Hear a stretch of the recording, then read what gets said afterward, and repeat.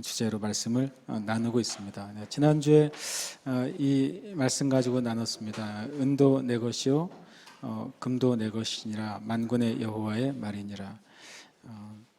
우리가 제가 돈을 추구하는 삶이 아니라 하나님이 창세기 1장 28절에서 말씀하신 그 다스림의 대상인 진정한 부를 추구해야 된다는 말씀을 드렸어요. 돈은 심지어는 어떨 때는 숫자에 불과하기도 하고, 돈이라는 그 숫자가 많고 적음에 따라 사람의 인생이 행복해지기도 하고 또 불행해진다고 느껴지기도 하고, 그리고 그 숫자로 되어 있는 돈이 많을 때 우리가 기분이 좋아지기도 하고 없어질 때 아주 낙심하기도 한다고 말씀드렸죠. 그러나 하나님은 분명히 모든 이 땅에 있는 부의 주인이시다라고 말씀을 드렸어요.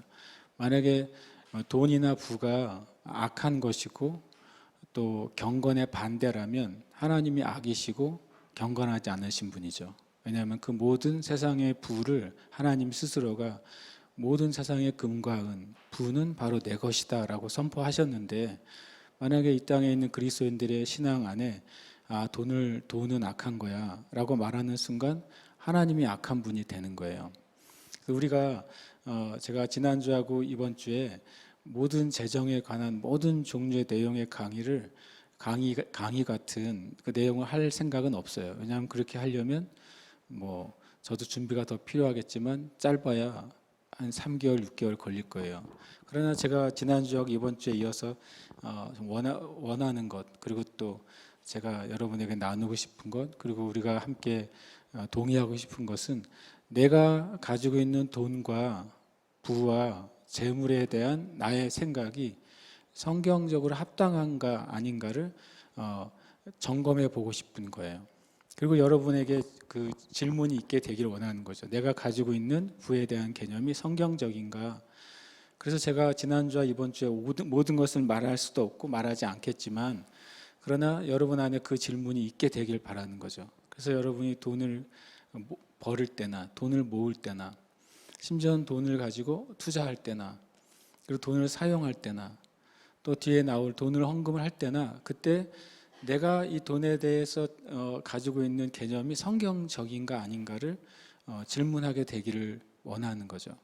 성경적인가 아닌가를 알게 되면 내가 어떤 경우에는 그동안 해왔던 돈에 대한 그 개념과 돈에 대한 그 행동이 잘못됐구나라고 우리가 판단할 수 있고, 어떨 때는 내가 하고 있는 그 돈이나 부나 것에 대한 개념과 가치가 성경적이라면 내가 하는 일에 대해서 전혀 거리낌이 없이 믿음으로 행할 수 있는 것이죠. 사람들이 왜 특히 돈이나 다른 영적인 진리도 마찬가지인데 그런 진리에 대해서 주저하냐면요, 내가 가지고 있는 생각이 성경적인지에 대한 확신이 없기 때문에 그래요. 돈도 그렇고요, 경건의 삶도 그렇고요, 기도도 그렇고 예배도 그렇고, 왜 사람들 안에 신자들 안에 내가 가지고 영적으로 내가 부족하다고 느끼냐면 내가 하고 있는 경건의 그 삶이 성경적이란지에 대한 확신이 없기 때문이에요. 확신이 있으면, 그리고 그것이 성경적인 게 확인이 된다면, 그러면 저 여러분은 그 믿음의 삶을 더 전진할 수 있는 것이죠. 그래서 지난주에 그 얘기를 조금 나눴습니다. 지난주는 이제 학개서 2장 8절의 말씀을 기반으로 말씀을 나눴죠. 오늘 한 말씀을 거기다가 이제 더하고 싶습니다. 그것은 뭐냐면 신명기 8장 18절의 말씀이에요. 이 말씀에 이제 이 말씀이 하나 더해진다고 생각하시면 되겠습니다. 우리 18절 말씀, 신명기 8장 18절 말씀 함께 읽겠습니다. 시작. 내 하나님 여호와를 기억하라. 그가 내게 재물 얻을 능력을 주셨음이라. 이같이 하심은 내 조상들에게 맹세하신 언약을 오늘과 같이 이루려 하심이니라. 아멘. 학개서 2장 8절에서는 금도 내 것이고 은도 내 것이다 라고 주님이 선언을 하셨어요. 근데 그 전에 이미 신명기 8장 18절에 모세를 통해 주신 율법 안에는 그가 내게 재물 얻을 능력을 주셨습니다. 모세가 이스라엘 백성들에게 경계의 말을 하면서 한 말씀입니다. 그 뒤에 이제 이 모세가 뭐라고 말했냐면, 하나님께서 너희에게 모든 것을 주셨는데 내 힘이 있어서 내가 이 재물을 모으고 내 힘이 있어서 내가 이 땅을 개간하고 내 힘으로 또 열매를 얻었다라고 착각하지 마라. 왜냐하면 모든 재물 얻는 능력을 주시는 분이 하나님이시라는 사실을 기억해라라고 하는 그 문맥이에요. 그러나 또 이 말씀은 되게 중요하죠. 재물 얻을 능력을 주시는 분이 누구라는 것을 또 알 수 있게 돼요. 하나님이시라는 거예요. 재물을 공급하시는 분만 하나님이라고 가지고 있는 신앙이 많습니다. 하나님이 재물을 주시겠지. 예를 들어서 하나님이 우리 교회가 건축을 해야 되는데 하나님이 이 건축에 필요한 재정을 주실 거야. 이 믿음은 좋은 믿음이죠. 그런데 만약에 어떤 분이 우리는 주님이 돈을 주시겠지만 나는 어떤 일을 해가지고 돈을 모아서 주님께 드릴 거야. 그러면 그거는 너무 인간적인 생각이에요. 주님이 돈을 주셔야죠. 라고 말한다면 그거는 이 말씀에 위배되는 거예요. 하나님은 재물을 주시는 분이에요. 아멘이세요? 예. 그런데 또한 하나님은 또 뭐도 주시는 분이냐면 재물을 취할 수 있는 능력도 주시는 분이에요. 그 능력 안에는 뭐가 있을까요? 지혜가 있는 거죠. 재물을 어떻게 모아야 되는지에 대한 지혜와 방법을 아는 거예요. 그것이 하나님의 백성들에게 주시는 것 중에 하나인 것이죠. 우리 한 가지 기억해야 돼요. 그래서 하나님은 모든 부의 주인이시다. 그리고 하나님은 하나님이 원하는 자들에게 하나님의 부를 주시는 분이다. 그런데 그 부를 주실 때 하늘에서 주님이 5만 원권을 지나가다 떨어뜨려서 주시는 분이 아니시다. 갑자기 내가 주님이 어느 날 기도하는데 그럼 너는 빨리 산에 올라가서 어느 나무 밑을 파보아라. 그러면 팠더니 거기에 5만 원권 만장이 있더라. 이런 식으로 우리 안에 그런 말도 안 되는 기도겠지만 그러나 때로는 신기하게도 믿음 안에 하나님이 그냥 돈을 주시는 것, 그냥 믿음이 굉장히 크게 자리 잡고 있어요. 예를 들어서 조지 밀러 선교사님의 글을 읽거나 그분의 기도에 대해서 책을 읽고 나면 그런 식의 믿음이 강화돼요. 나는 사람에게 조지 밀러 선교사님의 규칙이 뭐였습니까? 사람에게 모든 필요를 말하지 않는다였어요. 그리고 나는 하나님께만 기도한다였습니다. 그러면 그분의 간증 가운데 엄청난 간증이 있잖아요. 오늘 아침 수백 명의 아이들이 먹을 빵과 우유가 없는데 그냥 조지 밀러는 그 새벽까지 기도하는 거예요. 하나님, 우리 아이들에게 먹일 빵과 우유가 없습니다. 그래서 아침 이제 둘러앉죠. 빈 접시와 포크를 들고 앉아 있는 거예요. 아침 시간이 다가오고 있고. 근데 갑자기 밖에서 누군가가 들어오죠. 그래서 누가 엄청난 양의 빵과 우유를 가져다 주죠. 그런 간증들이 조지 밀러 5만 번 기도응답의 하나님의 사람, 그런 책들을 우리가 많이 읽어왔고 또 간증을 많이 들었기 때문에 그냥 하나님이 뭔가를 주시는 것을 얘기하는 것이죠. 그런데 반대로 또 어떤 사람이 내가 어떤 사업을 하고 비즈니스를 하고 투자를 해서 돈을 이렇게 벌었습니다. 그러면 그런 간증들을 요새 많이 듣잖아요.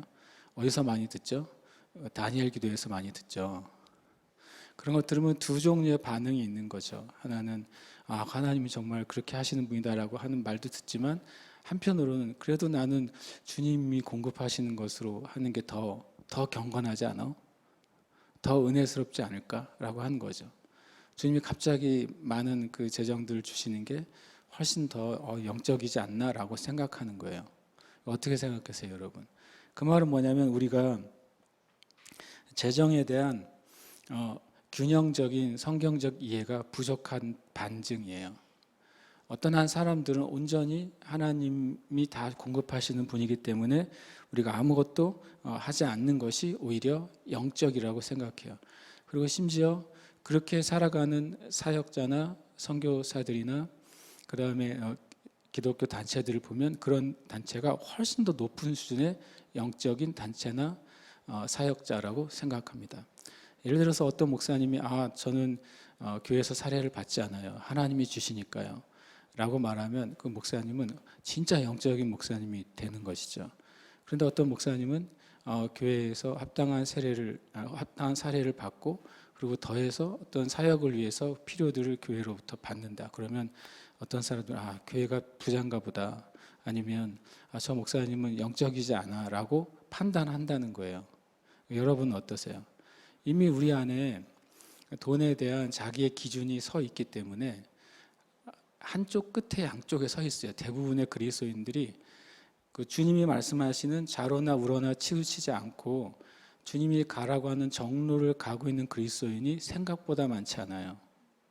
생각보다 많지 않습니다. 많을 것 같죠? 그렇지 않습니다. 왜냐하면 어떤 일이 일어났을 때 한쪽에서 심각하게 비판을 하고 또 반대편이 일어났을 때도 한쪽에서 심각하게 비판을 하죠. 우리 삶 가운데 그런 중요한 것은 뭐냐면 바로 성경을 근거로 한 균형 잡힌 기준이 필요하고 그런 접근이 필요합니다. 성경의 대부분의 진리는 성경에 이런 표현을 했어요. 양날의 검이라고 말씀하셨어요. 양날의 검은 또 어떤 의미를 가지고 있냐면 성경의 하나의 진리가 양쪽의 내용을 가지고 있다는 말을 가지고 있는 것이죠. 돈이라는 진리가 있으면 두 날이 있어요. 하나는 긍정적으로 성경에서 말씀하시는 한 날이 있고 돈에 대해서 경고하시는 한쪽의 날이 있는 거예요. 근데 성경의 모든 진리가 그렇습니다. 실은요. 그래서 성경은 양날의 검이라고 말씀하고 있는 것이죠. 그것을 이제 깨닫는 사람들은 그 한쪽에 치우치지 않고 그 하나님이 원하시는 길을 가는 것이죠. 하나님이 원하시는 길이 그래서 이것도 아니고 저것도 아닌 흔히 말하는 세상에서 뭐 중도의 길 그런 게 아니에요. 하나님의 길은 진리예요. 진리. 진리를 말하는 것이지 이것저것 섞어서 적당히 버무린 것이 성경의 진리가 아니고 아주 명확한 것입니다. 예를 들어서 이런 것이죠. 예수님은 가난하셨다. 그리고 돈은 악한 것이고 성경의 부유함이라고 말한 것은 실은 영적인 부유함을 말하는 것이다. 이런 식으로 생각하는 신앙이 있습니다. 또 반대로 한쪽 끝에는 부는 믿음의 상징이지 하나님의 축복의 상징은 부다. 그래서 믿음의 아주 중요한 척도가 부가 된다라고 생각하고 심지어는 하나님의 가장 큰 축복은 물질적인 축복이다 라고 이해하는 신앙도 있습니다. 둘 다 어떻게 된 것입니까? 한쪽으로 치우쳐 있는 거예요. 우리가 분명히 한 가지 해야 될 게 부와 탐욕이 구별되어야 된다는 거예요. 부와 탐욕은 구별이 돼야 오해가 풀리는 것이죠. 그러니까 하나님은 부의 근원이시죠. 근데 마귀는 탐욕의 근원이에요. 우리가 똑같은 돈이나 재물을 볼 때 그것이 하나님으로부터 오는 것은 하나님의 부고요. 마귀로부터 온 것은 그것이 그 자체가 우리에게 탐욕의 덩어리가 되는 것입니다. 우리가 주님 앞에 오늘 뭐 짧은 시간이지만 그 주제를 좀 더 알게 되기를 축복합니다. 신명기 18절에 보면 8장 18절에 보면 그가 내게 재물 얻을 능력을 주셨다라고 말해요. 그래서 어떤 사람들은 이것은 구약에서 있는 축복이나 구약의 물질관이 아닐까요? 라고 질문할 수도 있습니다. 그런데 마태복음 7장 17절에 예수님이 이렇게 말씀하세요. 너희가 악한 자라도 좋은 것으로 자식에게 줄 알거든 하물며 하늘에 계신 너희 아버지께서 구하는 자에게 좋은 것으로 주시지 않겠느냐. 주님이 굉장히 비유를 이렇게 하셨어요. 악한 자도 자식에게 좋은 것을 줄 안대요. 악한 자가 줄 수 있는 좋은 게 어느 정도일까요? 생각해 보셨어요? 제가 한 몇 주 전에 신문에서 굉장히 황당한 기사를 읽고서 몇 분에게 얘기를 했더니 그게 정말이냐고 실화냐고 묻더라고요. 그래서 이제 중국이란 나라에 대한 어떤 기사가 하나 있었는데 중국이 얼마나 극과 극의 상태를 보여주는지 특히 부에 있어서 그걸 예를 들었어요. 기자가 어떤 예를 들었냐면 중국의 서쪽에 신장 위구르 자치구에 있는 어느 초등학생 아이에게 너 생일 선물로 뭐 받고 싶니? 라고 물어봤어요. 그랬더니 기자에 의하면 그 소녀는 나는 내 생일에 하얀 새 운동화를 받고 싶어요 라고 대답한 거예요. 그럼 똑같은 나이에 중국 동쪽에 있는 북경의 고위 공산당 강부의 자녀에게 물어봤어요. 너는 생일 선물로 뭐를 받고 싶니? 뭐라고 대답했을 것 같아요? 진짜 전보 제트기요. 진짜 전보 제트기를 달라고 그랬어요. 자동차도 아니고 이미 자동차 같은 거는 아빠가 장난감처럼 사주는 물건이니까 이번 생일 선물은 진짜 전보 제트기를 갖고 싶어요 라고 말했다고 그 기사에 써 있어요. 그 기자가 거짓말한 게 아니라면 사실이고 현실이겠죠. 이 땅에 있는 만약에 자녀를 사랑하는 부모라면 그 부모가 악한 자든 선한 자든 자녀에게 자기가 줄 수 있는 것을 줄 수 있는 거예요. 그리고 주고 싶은 것이죠. 근데 만약 예수님 뭐라고 표현하시냐면 하늘에 계신 아버지께서라고 말하고 그 앞에 하물며라고 말했어요. 그것은 비교급이죠. 이 세상의 모든 부모, 심지어는 악한 부모도 자녀에게 좋은 것으로 주려고 한다. 그런데 하물며 하늘에 계신 하나님은 이 땅에 처음부터 훨씬 더 크신 분이잖아요. 그리고 사랑의 양으로 표현해도 하나님은 더 크게 사랑하시는 분이죠. 그분이 아버지께서 구하는 자에게 좋은 것으로 주시지 않겠느냐. 좋은 것 안에는 어떤 사람들은 또 이건 다 영적인 거예요 라고 말을 합니다. 왜냐하면 마태복음 7장 11절에 합당한 또 다른 평행 본문에는 누가복음에는 하나님께서 성령을 주시지 않겠느냐. 좋은 것은 성령님이에요 라고 말했어요. 그래서 제가 그분에게 악한 자가 성령님을 주시진 않잖아요. 제가 그랬어요. 그러니까 성경의 말씀이 여러 말씀을 비교해서 그 내용을 이해하는 건 좋은 것이지만 그러나 그 말씀 자체의 의미를 무시해서는 안 되는 거예요. 그러니까 이 땅에 있는 아버지도 자녀에게 그것이 마음이든 물질이든 그 어떤 종류거든 좋은 것을 주고 싶어 하고 가치 있는 것을 주고 싶어 하세요. 그래서 하나님은 하나님의 백성들에게 좋은 걸 주시길 원하시고 주시는 하나님이세요. 그리고 좋은 것을 주시는 분이어야 좋은 아버지세요. 이 신명기 8장 18절, 마태복음 7장 11절은 구약에서나 신약에서나 우리의 하나님 아버지께서는 하나님의 사랑하는 자녀들에게 물질적인 면에서도 좋은 것을 주길 원하시는 분이다 라는 사실이 성경적이라는 사실을 여러분이 기억하시길 축복해요. 그래서 부자는 경건하지 않은 자고 가난한 자는 경건한 자다. 이것은 성경의 기준이 아니에요.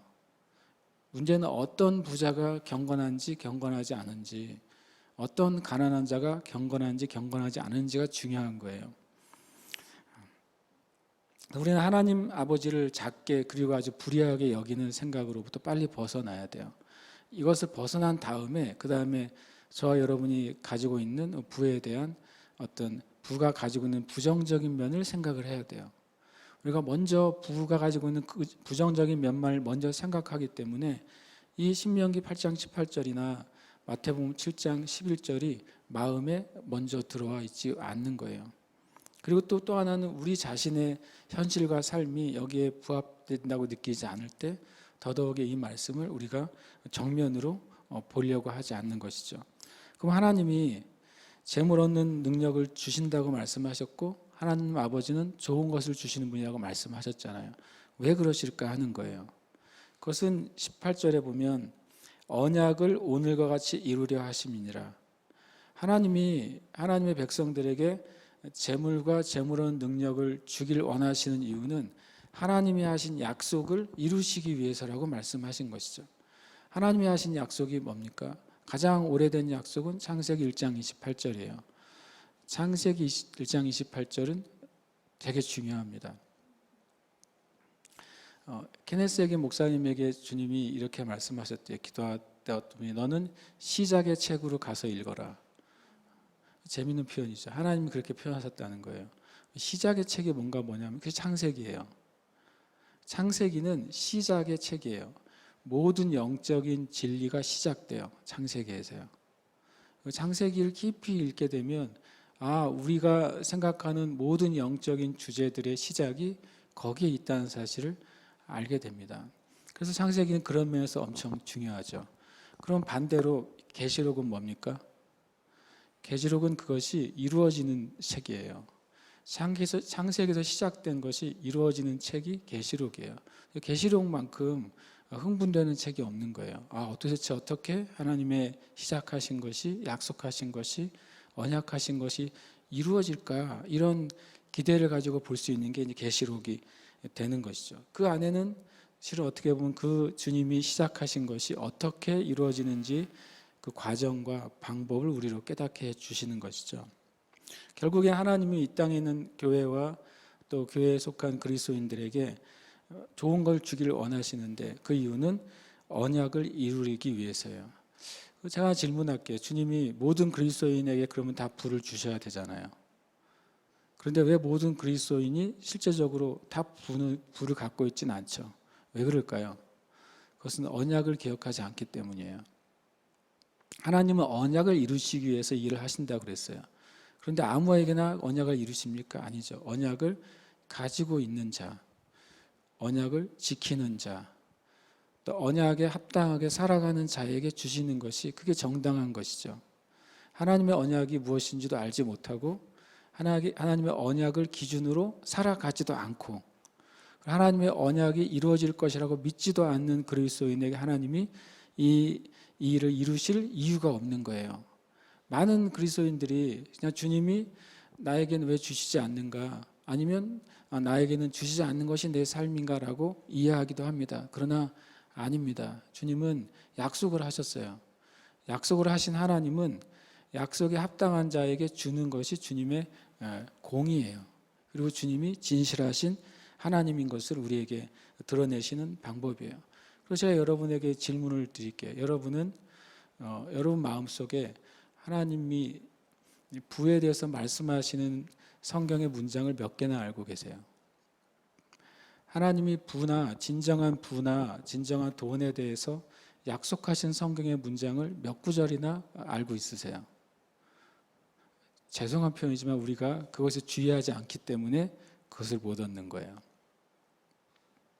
반대로 나에게 사랑이 부족해라고 말하는 사람들이 있어요. 그러면 그분들에게 똑같이 질문하는 것이죠. 성경에서 하나님의 사랑에 대해서 말씀하시고 있는 그 성경의 구절을 몇 개나 알고 계세요? 하나님이 사랑에 대해서 뭐라고 말씀하시는지를 여러분이 관심을 가지고 있으세요? 그 관심이 없기 때문에 저와 여러분의 삶 가운데 사랑에 부족된 현상이 나타나는 거예요.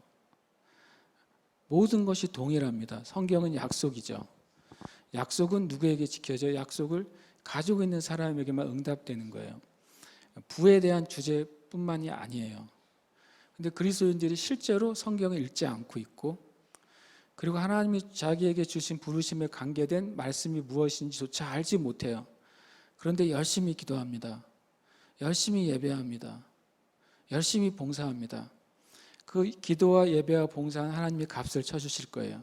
그러나 여러분 원하는 것은 얻지 못할 것입니다. 왜냐고요? 약속을 모르는데 어떻게 얻어요? 제가 지금 말한 건 엄청 중요한 진리예요.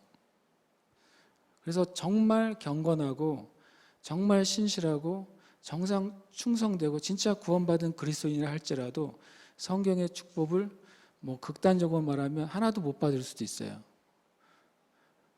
왜냐하면 주님이 나에게 약속하신 부분에서 뭐라고 말씀하셨는지 그 언약을 내가 모르기 때문에 그래요.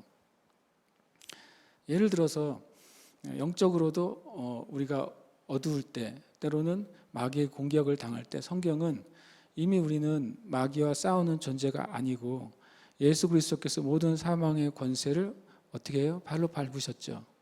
마귀를 다 발로 밟으셨고 우리는 마귀와 싸울 필요가 없다는 사실을 모르기 때문에 마귀와 싸우는 거예요. 주님이 이미 싸움을 끝내셨다는 사실에 대한 성경의 구절을 내가 알고 그것을 믿음으로 가지고 있지 못하기 때문에 여전히 투쟁하는 인생을 살아가는 거예요. 예수님이 이미 이루셨음에도 불구하고 이루신 약속의 말씀을 내가 약속으로 가지고 있고 그 약속을 근거로 살아가고 있고 약속을 빼앗기지 않아야 그것이 나의 것이 되는데요. 그러나 그렇지 않기 때문에 그것이 내 것이 되지 못하는 거예요. 이것은 너무 중요한 그리스도인들에게 전반적인 문제점이에요. 저 여러분이 이 언약을 찾아내는 것에 여러분이 힘을 기울여야 돼요.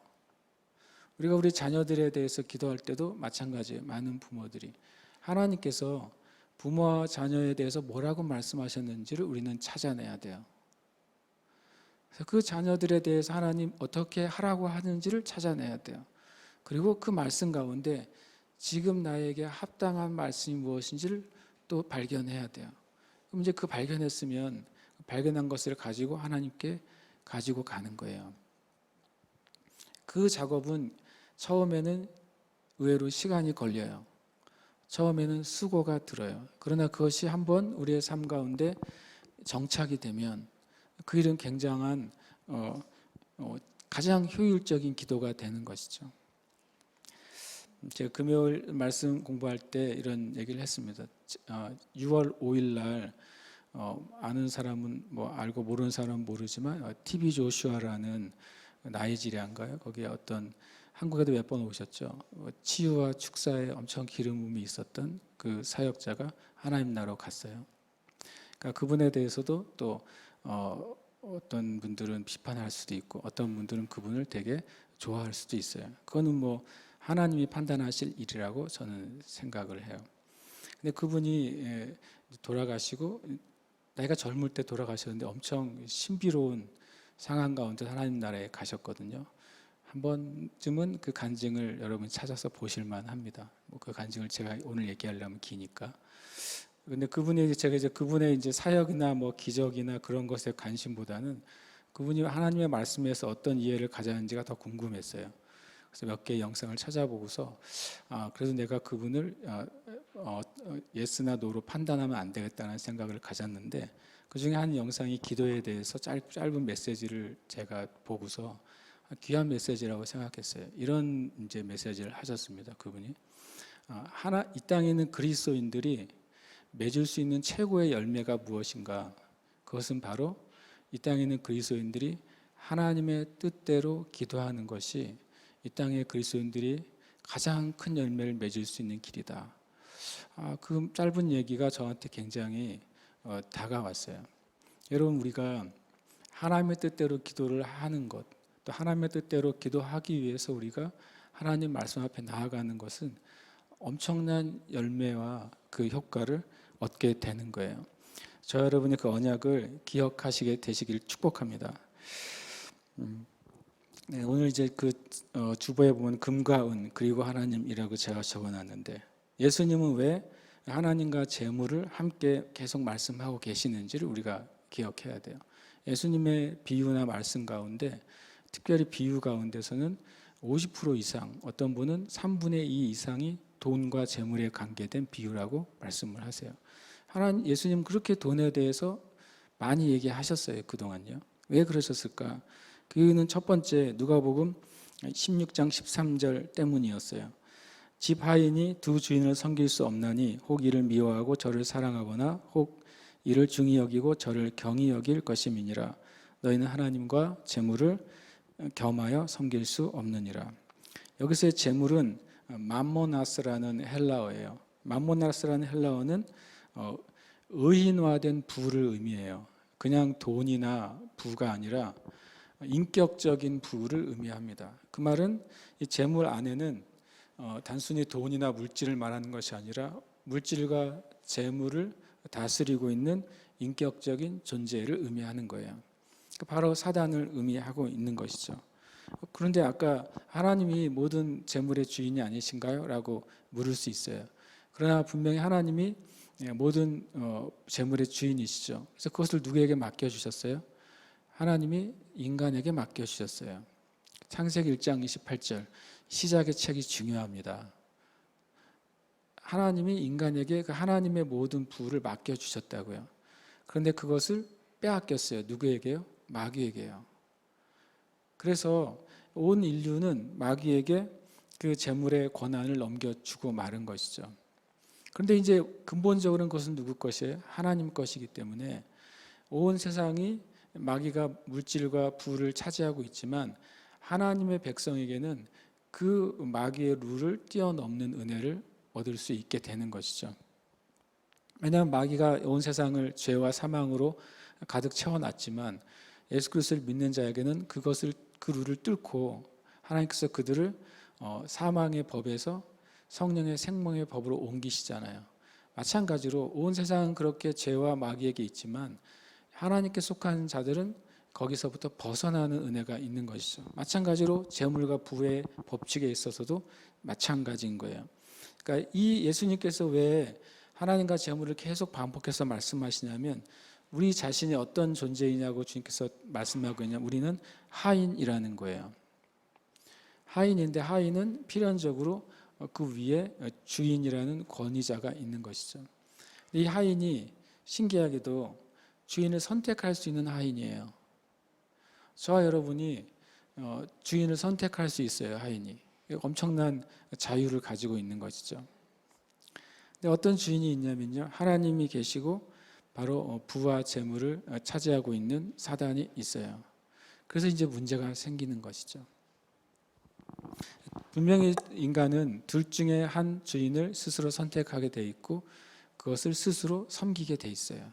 하나님을 섬기는 자인가 아니면 재물을 섬기는 자인가, 이것이 우리의 그 인생과 신앙에 정말 중요한 일이기 때문에 예수님이 계속해서 하나님과 재물을 함께 말씀하고 계셨던 것이죠. 또 한 가지 말씀을 보면 디모데전서 6장 10절을 보면 돈을 사랑함이 일만 악의 뿌리가 된다라고 말씀하고 있는 것이죠. 돈을 사랑하는 것, 그것이 일만 악의 뿌리가 되는데 돈을 사랑한 결과가 뭐냐면 바로 믿음에서 떠나는 것이라고 말씀하셨어요. 우리 삶 가운데 이런 문제가 생기기 때문에 예수님은 하나님과 재물을 말씀하시면서 또 그 나중에 사도 바울은 바로 그리스도인들이 돈을 사랑할 때, 돈의 종이 될 때, 돈의 하인이 될 때 거기서부터 죄가 흘러나오고 거기서부터 믿음을 떠나게 된다고 말씀하고 있는 것이죠. 또 한 가지 말씀을 좀 살펴보면 마가복음 10장 25절이에요. 낙타가 바늘기로 나가는 것이 부자가 하나님의 나라에 들어가는 것보다 쉬우니라. 아주 결정적인 문장이 돼버렸죠. 부자는 말 그대로 하면 구원받기가 어렵기 때문에, 이 말이 되게 큰 어떤 경건의 기준이 되어버렸어요. 부자가 되면 천국 가기가 어려워. 그러면서 부자들은 부러워하면서 마음으로는 쟤네들은 천국 못 가, 이렇게 생각하는 거죠. 그럴까요, 과연? 그다음에 주님이 그 다음 말씀에서 이렇게 말씀하고 있어요. 사람으로는 할 수 없으되 하나님으로는 그렇지 아니하니 하나님으로서는 다 하실 수 있느니라. 굉장히 실망스럽죠. 부자들이 지옥에 안 가고 천국에 갈 수 있대요. 사람은 할 수 없으되라고 말씀하셨어요. 사람의 생각과 사람이 돈을 다루는 방법, 사람이 돈을 추구하는 방법, 사람이 돈에 대해서 가치를 매기는 그 기준으로는 천국에 갈 수가 없다는 거예요. 그런데 누군가가, 어떤 부자가 바로 하나님의 돈과 부에 대한 같은 기준을 가지고 있을 때 그는 오히려 경건한 부자가 되는 것이죠. 오히려 그가 하나님께 속한 부자가 되는 거예요.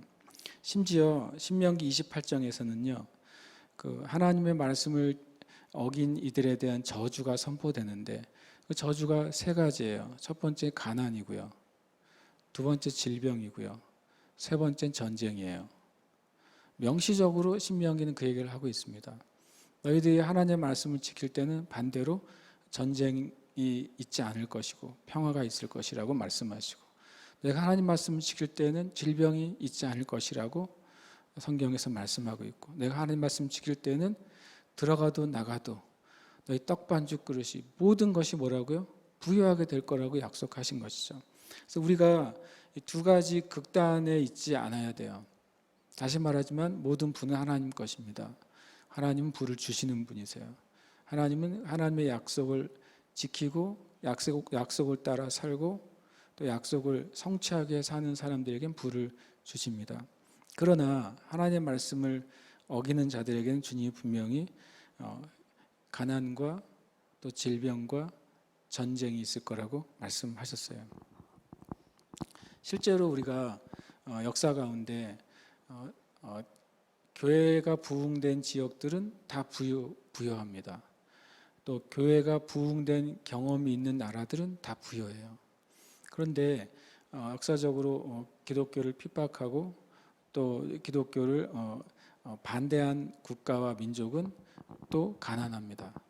누가 이렇게 말하죠. 아, 그러면 사우디아라비아나 아랍에미리트는 부자가 아닌가요? 그들은 무슬림권에 있고 하나님을 대적하는데요. 네, 사우디아라비아나 그런 아랍권에 있는 나라들이 나라가 부유하죠. 석유 때문에요. 그러나 99%의 백성들은 가난하거든요. 그러니까 그 전체가 가난한 거예요. 그 나라 전체가 가난한 것이죠. 그것은 일종의 저주의 한 부분이라고 우리가 할 수 있어요. 물론 대한민국도 빈부의 격차가 심하고 더 심해지고 있죠. 그러나 대한민국이라는 나라는 엄청 부유한 나라예요. 그렇죠. 왜냐하면 대한민국에는 어쨌든 하나님의 큰 부흥이 물결이 있었어요. 일본도 마찬가지입니다. 일본도 엄청난 하나님의 부흥이 있었고 또 그 열매들이 그 땅 가운데 남아 있는 거예요. 그렇지만 그들이 가지고 있는 부가 선한지 악한지는 지금 있는 영적인 상태를 통해서 주님이 판단하실 수 있는 것이죠. 그래서 제가 이런 질문을 한다면 어떨까요? 부자가 하나님 나라에 가기가 쉬울까요? 가난한 자가 하나님 나라에 가기 쉬울까요? 제 말은 모른다는 거예요. 그러니까 제가 그 기준을 깨고 싶은 것이죠. 아, 부한 것은 경건하지 못한 것이고 가난한 것은 경건한 것이다. 그것은 성경의 기준은 아니에요. 그러면 이제 금과 은 그리고 하나님에서 한 가지 재물은 궁극적으로 무엇인가를 좀 간단하게 나눠 보려고 그래요. 첫 번째로는요, 계속 반복합니다. 부는 하나님의 것이라는 것을 우리는 절대로 잊어서는 안 돼요. 그리고 부를 주시는 분이 하나님이라는 사실도 잊어서는 안 됩니다. 근데 중요한 건 뭐냐면 누가 나의 하나님이냐 하는 거예요. 부는 하나님의 것이고 부를 주시는 분도 하나님인데 하나님은 나의 하나님이냐 부와 재물이 나의 하나님이냐. 그래서 이 재물은 궁극적으로요, 이것을 우리에게 질문해 주고 있는 너무 중요한 수단이 돼요. 나의 하나님이 나를 창조하신 그 하나님인가, 나의 하나님이 주실 수 있고 주기도 하시는 부와 재물인가. 굉장히 극단적이죠. 그러나 실제로 이 땅에 있는 사람들이 그렇게 살아가고 있어요. 실제로 이 땅에 있는 그리스도인들이 그렇게 살아가고 있어요. 내가 무엇을 결정해야 되는 그 요인이 부가 1순위라면 여러분의 하나님은 부예요. 그런데 여러분이 무엇인가 결정해야 되는 그 제1원인이 하나님이라면 여러분의 하나님은 하나님이세요. 이 말이 여러분의 마음을 찔리지 않기를 제가 간절히 기도합니다. 그러나 실제로 이것은 되게 두려운 말이에요. 무엇을 선택할 때 돈이 있어서 선택하거나 돈이 없어서 선택한다면 그것은 돈이 여러분의 하나님이라고요. 무엇을 선택할 때 돈이 생기기 때문에 선택하거나 돈이 생기지 않기 때문에 선택하지 않는다면 그것도 여러분의 하나님은 돈이라는 소리예요. 그래서 우리가 우리의 삶의 기준이 하나님이시라면 먼저 우리는 영적인 것을 추구해야 돼요. 내가 무엇인가를 선택할 때 그것이 나의 영에 유익하기 때문에 그걸 선택한다. 내가 무엇인가를 선택하거나 그것을 포기할 때 나의 영적인 삶에 가치가 있거나 무가치하기 때문에 선택하거나 포기한다. 그렇다면 여러분의 하나님은 하나님이 맞으세요. 심지어는 그것이 실제적으로 돈에 관한 문제임에도 불구하고 그 돈에 대한 문제가 이 돈에 대한 문제를 선택하는 것이 나의 경건의 삶이 훨씬 유익하고 하나님을 섬기는데 유익하기 때문에 선택하는 것과 그렇지 않은 것은 또 누가 나의 하나님인지를 너무나도 정확하게 보여줘요. 돈의 문제는요, 저는 돈의 본질을 그렇게 봐요. 누가 나의 하나님인지를 절대로 내가 핑계할 수 없게 만드는 존재가 돈이에요. 그래서 너무 중요한 것이죠. 여러분이 직장에서 월급을 받는 것으로 생활을 하거나 아니면 내가 개인적인 비즈니스를 하는 것으로 생활을 하거나 아니면 내가 투자를 해서 생활을 하거나 아니면 내가 주님이 그냥 나에게 주시는 후원을 통해 생활을 하거나 똑같아요. 그 자체 네 가지 종류 다 누가 나의 하나님인지를 알게 해주는 통로들이에요. 여러분의 하나님은 누구이십니까? 여기 한 가지 말씀을 이제 오늘 더하면 이제 맞춰질 것 같습니다. 학개에서 2장 8절과 신명기 8장 18절에 누가복음 20장 25절 말씀을 더하면, 그래서 제가 이 질문에 대한 간단한, 정말 만약에 책이라면 이제 뭐 차례도 아니고 차례 앞에 있는 소개 글 정도밖에 되지 않겠지만 이 세 가지 말씀을 좀 나누고 싶죠. 우리가 그동안 두 개의 말씀을 나눴어요. 주님이 모든 것의 주인이시고 주님은 주님의 자녀들에게 그 언약을 지키시기 위해서 주시는 분이세요. 근데 한 말씀 이겁니다. 이 말씀 누가복음 20장 25절 하나님께 말씀 읽겠습니다. 시작. 이르시되 그런즉 가이사의 것은 가이사에게 하나님의 것은 하나님께 바치라 하시니. 이 말씀을 예수님께서 하셨을 때 사람들이 깜짝 놀랐다 그랬어요. 사람들이 굉장히 성경에 보면 이 말씀을 했을 때 깜짝 놀랐고 질문한 사람들도 감히 예수님에게 그 다음 질문이나 대답을 하지 못했다. 도대체 이 문장이 뭐가 그렇게 대단한 문장이길래 이 주변에 예수님 말씀 들은 사람들이 굉장히 충격을 받았을까 하는 거예요. 놀랍게도 가이사의 것은 가이사에게 하나님의 것은 하나님께라고 말했어요.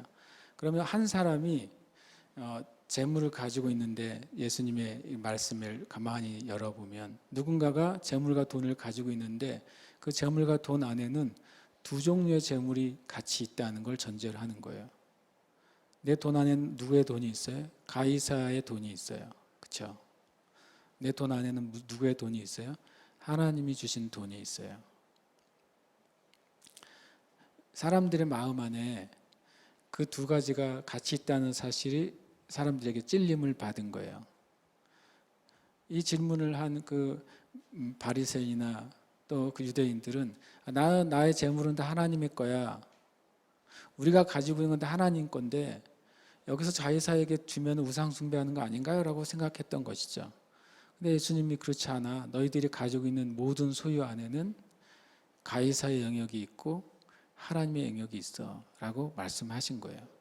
한 번도 내가 가지고 있는 물질 안에 하나님께 속한 것과 세상에 속한 것이 있다는 사실을 생각해 보지 못한 유대인들에게 자신들이 유대인이라는 이유만으로 자신들의 모든 소유는 하나님의 것이지 선한 것이지 라고 생각하는 유대인들이 그 마음에 찔림을 받은 것이죠.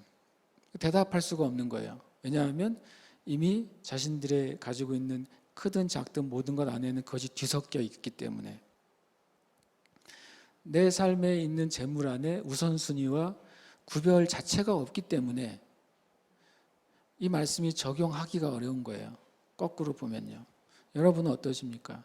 여러분의 삶 가운데 가이사의 것과 하나님 것이 구별이 돼 있으세요? 주님이 가이사의 것을 죄라고 말씀하신 것이 아니라 성경은 이렇게 표현하죠. 내 삶 가운데 하나님 우리에게 심을 것과 먹을 것을 주시는 하나님이시다 그랬어요. 내 안에 있는 재물과 부가 있다면 그 부 중에 어떤 것은 하나님 나라를 위해 심어야 될 재정이 있고 내 삶의 필요를 채우기 위해 사용될 재정이 있는 것이라고 성경은 말씀하시는 거죠. 그것의 구별이 있는 그리스도인이 있고 없는 그리스도인이 있는 거예요. 그러니까 주님이 당연히 그것에 합당하게 그 재정을 사용하는 것이 합당하다고 말씀하고 있는 것이죠. 실은 이 돈과 재물에 대한 질문의 처음은 실은 헌금에 대한 것으로 시작이 됐다는 것을 우리가 기억을 합니다. 헌금은 무엇일까? 헌금은 첫 번째로는 나에게 주신 것 가운데 하나님의 것을 구별할 수 있는지를 주님이 물으시는 거예요. 두 번째로는 헌금의 내용 안에는 내가 하나님께 나에게 주신 것 중에 하나님께 감사함으로 드릴 수 있는 마음이 있느냐를 물으시는 거예요. 첫 번째 구별은 당연한 것이죠. 하나님의 것인데 내가 구별이 안 돼 있으면 어떻게 돼요? 그러면은 이제 마치 흰자와 노른자를 섞어버리는 거예요. 그래서 아무것도 되지 않는 것이죠. 하나님 것과 나의 것이 구별이 된 사람은 기본적으로 하나님을 신뢰하는 그 삶이 있다는 것을 의미하는 것이죠. 그래서 그것을 처음으로 기준을 가지는 것이 성경의 11조라고 하는 헌금이에요. 그것은 그냥 어떤 그냥 가치인 것이죠.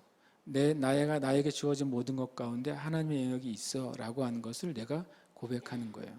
그럼 나머지 헌금들은 실은 성경에 규정하지 않는 부분이 더 많아요. 현재 교회에서 드리는 많은 헌금의 종류들은 성경에서 규정되어 있지 않은 헌금들이 많습니다. 또 반대로 성경에서 드려진 헌금들인데 현대 교회가 특별히 하지 않는 경우도 많이 있어요. 그러나 그것은 무엇일까? 그것은 하나님 나에게 주신 것을 주님께 감사할 수 있는 마음이 있느냐 하는 거예요. 제가 재미있는 것을 하나 생각해 봤는데요.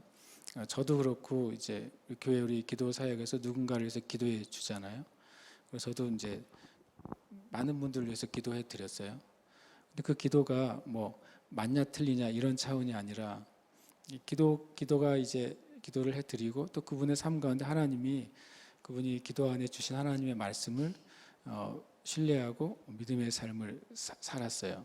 근데 하나님이 그 가운데 은혜를 베풀어 주신 일들이 있단 말이죠. 그때 참 신기하게도 저에게 거꾸로 이제 연락이 와서 목사님이 그때 기도해 주신 것들을 제가 이렇게 가지고 기도했을 때 이런 일들이 있었습니다. 기도해 주셔서 고맙습니다라고 말하는 사람은 만약에 예를 들어서 제가 100명을 기도했다면 두세 명밖에 없다는 사실을 제가 깨달았어요. 그건 제가 서운한 게 아니라 우리가 하나님께 대하는 태도도 그렇다는 사실을 아는 거예요. 이거 하나님께 대한 태도가 그렇습니다. 예수님께서 10명의 문둥병자를 고쳐주셨잖아요. 그들에게 너희들이 제사장에 가서 너희 몸을 보이라라고 말씀하셨어요. 그 10명이 다 믿음을 가지고 예수님께서 제사장에 가서 보이라고 했으니까 치유해 주시나 보다라고 치유에 대한 믿음을 가졌던 것이죠. 제사장에게 가서 보이러 갔는데 너희들 아직 그대로 문둥병이야. 그럼 얼마나 실망스럽겠어요. 그렇죠? 근데 그 10명이 그 제사장들이 가는 길 중간에 자신들의 몸이 회복됐다는 사실을 깨달은 거예요. 그리고 치유됐다는 사실을 깨달은 것이죠.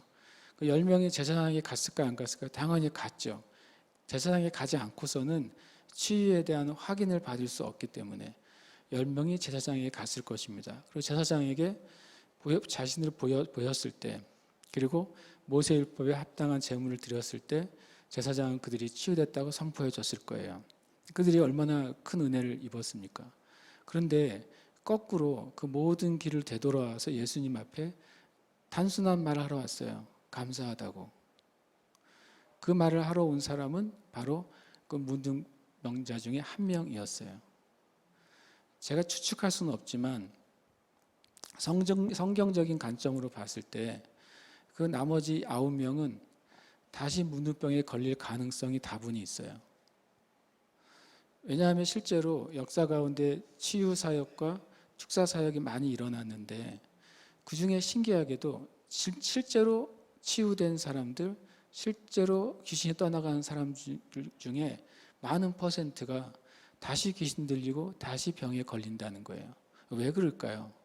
주님이 허락하신 그 은혜가 일시적인 것이었을까요? 아니면 불완전한 것이었을까요? 그렇지 않습니다. 우리가 주님께 은혜를 받은 다음에 그 은혜를 따라 살지 않으면 마귀는 언제나 그 비어진 은혜의 자리를 채우려고 할 거예요.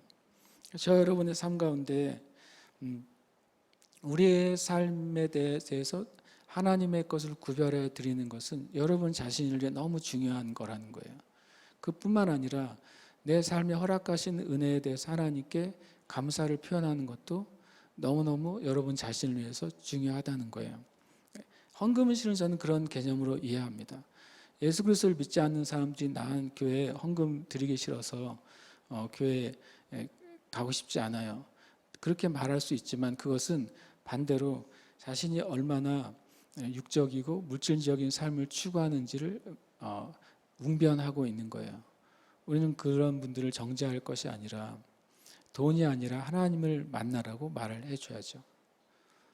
하나님을 만날 때 우리 안에 있는 진정한 부가 무엇인지를 알고 욕심과 탐심이 무엇인지를 또 깨닫게 되고 구별하는 것이죠.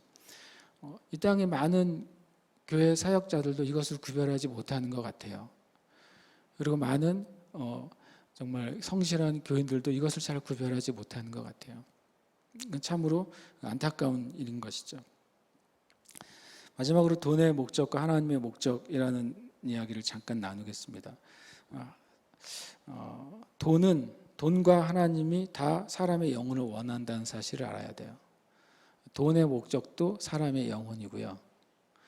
하나님의 목적도 놀랍게도 사람의 영혼이에요. 둘 다 영혼을 원합니다. 그런데 돈은 영혼을 멸망시키길 원하죠. 그리고 하나님은 영혼을 구원하길 원하세요. 이게 이제 이 세상에 일어나는 문제의 어떻게 보면 큰 원인 중에 하나예요. 마귀가 사람을 멸망시키길 원하는데 무엇을 통해서요? 돈을 주고 사람의 영혼을 사고 싶죠. 하나님도 하나님의 백성들을 구원하기를 원하시는데 하나님의 부와 하나님의 축복을 그 하나님의 백성 영혼들에게 주기를 원하세요. 우리가 소돔 왕이 전쟁에서 승리하고 오는 아브라함에게 한 말을 우리가 기억해야 돼요. 소돔 왕이 이렇게 말합니다. 돈은 네가 갖고 사람은 나에게 다오, 이렇게 말합니다. 지금 소돔 왕은 전쟁에 패배했고 모든 걸 다 잃어버렸잖아요. 그런데도 놀랍게도 소돔 왕은 모든 재물은 네가 다 취하고 나에게 사람을 달라라고 말해요. 다시 말하지만 돈은 숫자거든요. 사람의 영혼은 가치예요. 그리스도인들이 숫자나 물질이 아니라 진정한 가치를 추구해야 진짜 부의 주인이 되고 또 부를 다스리는 자가 될 수 있는 거예요. 하나님은 끊임없이 그 영혼을 구원하기 위해서 원하고 갈망하시죠. 그래서 그 영혼을 구원하기 위한 수단 중에 하나로 하나님은 부와 재물을 사용하기를 원하시는 거예요. 그런데 이 땅에 있는 그리스도인들이 하나님과 같은 방식으로 부와 재물을 원하지 않는다면 그건 하나님께로부터 오지 않는 다른 부를 얻게 되는 거예요. 저 여러분이 이 기준을 잃어버리지 않으시기를 축복합니다. 함께 이 시간 좀 기도하고 싶습니다. 우리가 기도할 때 하나님 우리 안에 부의 기준 또 돈의 기준이 성경적인 기준이 되길 원합니다.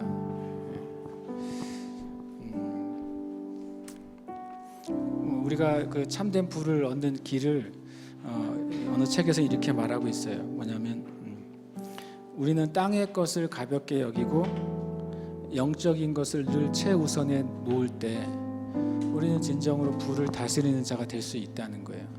그러나 땅의 것을 중요하게 여기고 영적인 것을 그 다음 순위로 놓을 때 우리는 부와 돈의 노예가 되는 것이죠. 예수님은 하인이라 그러셨어요. 부와 돈이 시키는 대로 사는 거예요. 그러나 하나님의 하인이 되면 하나님은 그 하인에게 부와 돈을 가지고 일을 시키시는 거죠. 저 여러분의 삶이 누가 주인인지를 명확하게 아는 삶을 사시기를 축복합니다. 그래서 내 삶이 부가 주인되고 부가 하나님 된 삶이 아니라 부의 주인이신 하나님이 주인되고 또 하나님의 하인으로 사는 삶을 사시기를 축복합니다. 함께 이 시간 주님 저의 부의 기준이 성경의 기준과 같이 되게 해주시고 하나님 나라의 기준처럼 합하게 되게 해주시옵소서. 합심해서 이 시간 기도하겠습니다.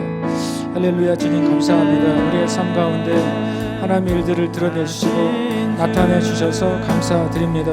하나님 아버지, 하나님 정말 나의 하나님이신지, 하나님 그 부와 돈이 나의 하나님인지 주님 깨닫기를 원합니다.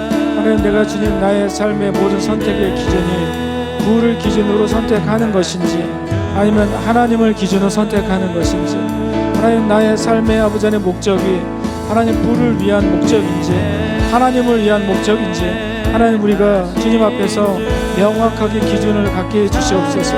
하나님은 참으로 좋으신 아버지이시고 하나님의 자녀들에게 한도 없이 좋은 걸 주길 원하십니다. 그러나 영혼을 구하시기를 원하시고 영혼을 살리기를 원하십니다. 하나님 우리가 부와 귀의 노예가 되고 하인이 되기를 원치 않으시고 우리가 주님 하나님과 함께 부와 기를 다스리는 자, 그것을 주님 선한 방법으로 사용하는 자가 되기를 원하십니다. 주여 간구하오니 교회와 성도들 안에 하나님 나라의 부에 대한 하나님 나라의 균형 잡힌 기준을 갖게 해주시고 그 안에 바로 서는 은혜가 있도록 축복하여 주시옵소서. 저의 마음을 새롭게 하여 주시옵소서. 제 영을 새롭게 해 주시옵소서. 제 영이 주님 앞에 건전하고 나는 주님 앞에 거룩하고 겸손하고 순전하게 되게 해 주시옵소서. 오 주님 구합니다. 교회에 하나님의 불을 주시되 언약을 지키고 언약을 기억하고 언약을 위해 사는 사람들에게 부어주셔서 그것을 통해 하나님의 놀라운 은혜가 무엇인지 증거로 삼으시고 증인 삼으시고 주님의 영광을 나타내시옵소서. 주님 구하오니 모든 하나님으로부터 오지 않은 하나님으로부터 말미암지 않는 주님을 위하지 않는 모든 연약함과 가난은 제거되게 하시고 우리 주님 바로 설 수 있도록 축복하시고 역사하여 주시옵소서. 우리의 심령과 영혼을 새롭게 하여 주시옵소서. 우리의 심령과 영혼을 새롭게 해 주시옵소서. 하나님 나라의 기준으로 새롭게 하여 주시옵소서.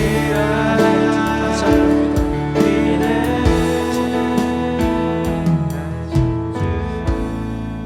주님 감사합니다. 주님이 우리 자신의 근원이시고 또 모든 보이지 않는 세계와 또 보이는 모든 물질 세계의 주인이심을 믿습니다. 그래서 주님 우리가 하나님의 청지기로 이 땅을 바로 살기를 원합니다. 하나님 성경에서 말씀하시는 진정한 부와 진정한 가치에 대한 주님 균형 잡힌 지혜를 얻게 해 주시옵소서. 그래서 우리가 하나님의 이름으로 부를 다스리며 하나님의 이름으로 세상의 가치를 바꿔나가는 그 자리에 있도록 축복하시고 은혜 내려 주시옵소서. 이곳에 있는 형제 자매들 또 함께 예배하는 모든 형제 자매들 가운데 진정한 하나님의 목적과 진정한 하나님의 가치가 인생 가운데 성취되고 열매 맺도록 축복하여 주시옵소서. 이 시간 또 감사함으로 드리는 예물 위에 복에 복을 더하시며 하나님 형제 자매들의 삶 가운데 궁핍함과 핍절함이 사라지게 하시고 또 부와 빼앗기는 빚과 빼앗기는 은혜가 빼앗기는 것들이 사라지게 해 주시옵소서. 그래서 하나님의 은혜가 임하고 잃어버린 것들이 되돌아오며 빼앗긴 것들을 되찾아오며 막힌 영역들이 열리는 은혜가 있도록 축복하여 주옵소서. 살아계신 예수 그리스도의 이름으로 기도드립니다.